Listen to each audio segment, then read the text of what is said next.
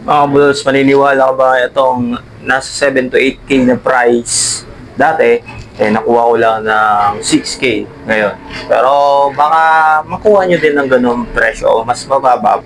Sabay-sabay nating i-unbox kung anong laman nito. So, tara.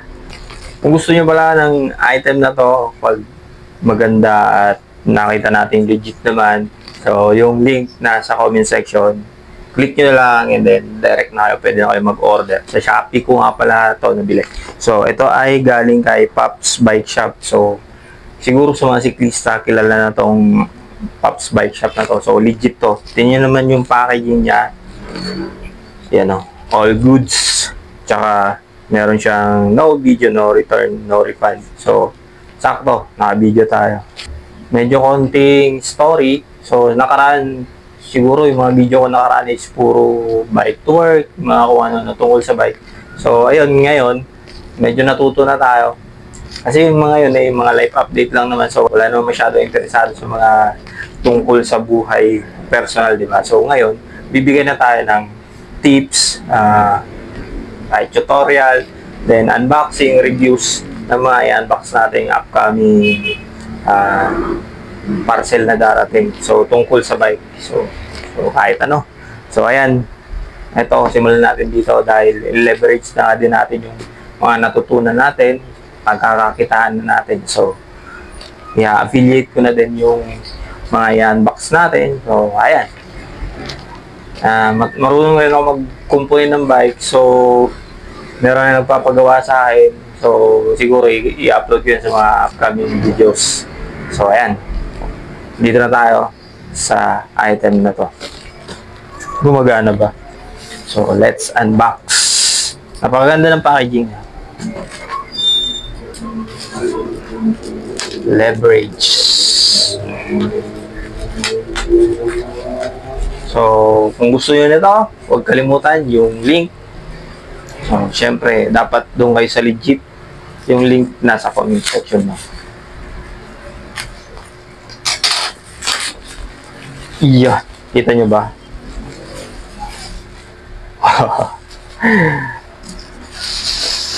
Weapon. Alam nyo na kung ano to. So, yan. Iyan. So, ayan siya. Weapon na animal. So, napakaganda ng box niya.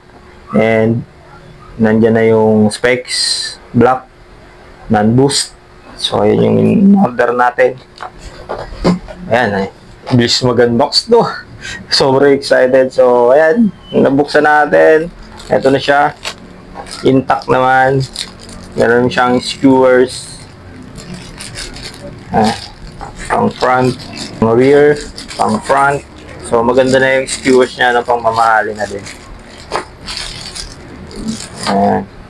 Tapos yung adapters, no, pang true axle. Yan. Ito na. Siyempre, dito muna tayo sa front. Yes, Animal 150T. Siguro yung iba medyo pinapangarap din to.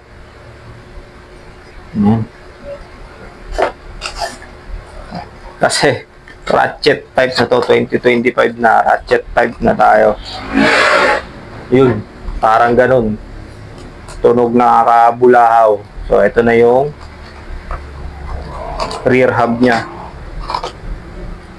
Yeah. Ratchet Tech na 150T ni Weapon Animal. Made in Taiwan. So, ayan. Naka-QR siya. So, pag kakabit natin siya, ito-true axle natin siya. Ayan, may adapter na siya kasama. Goods na goods na. So, ayan. Medyo malikabok. Siguro naka-display to open. Minasok lang. Yan. Sound check. Oosh! Matigas siya, matigas. Pero yung tunog, matigas din. At sobrang lakas. Ratchet 150T. Walang Diyo. Masakit to. Mga power spring na to. Grabe. Yung RD natin is Diore naman. M6100. So, kayang-kaya to. May clutch na eh. Mga ganito matigas, dapat may clutch na yung RB.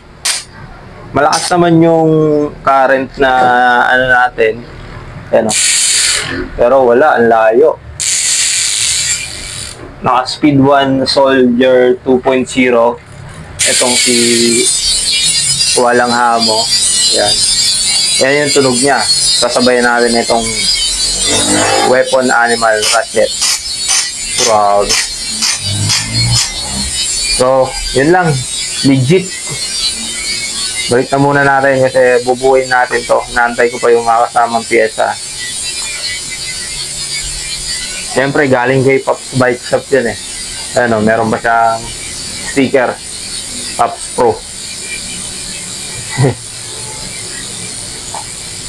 Ayan. Thank you. Pero feeling mo talaga matigas yun. Tigas oh. Bulahaw ang kapitbahay na ito. So, yun lang mga kabols. Unang unboxing natin. So, susunod na yung iba. Napakasulit. Kasi maganda naman siya. Siguradong sulit to kapag nabuo na. Yari. Na medyo nakakabutas nga lang ng bulsa. Pero, yun nga, kapag may talent ka, halimbawa sa cycling, leverage mo, pwede mo pagkakitaan. So, ayan, i-affiliate natin siya. Kaya, sa mga gustong umorder na ito, kasi legit shop yung nabila natin, yung link nasa comment section. Thank you and peace, mga bros.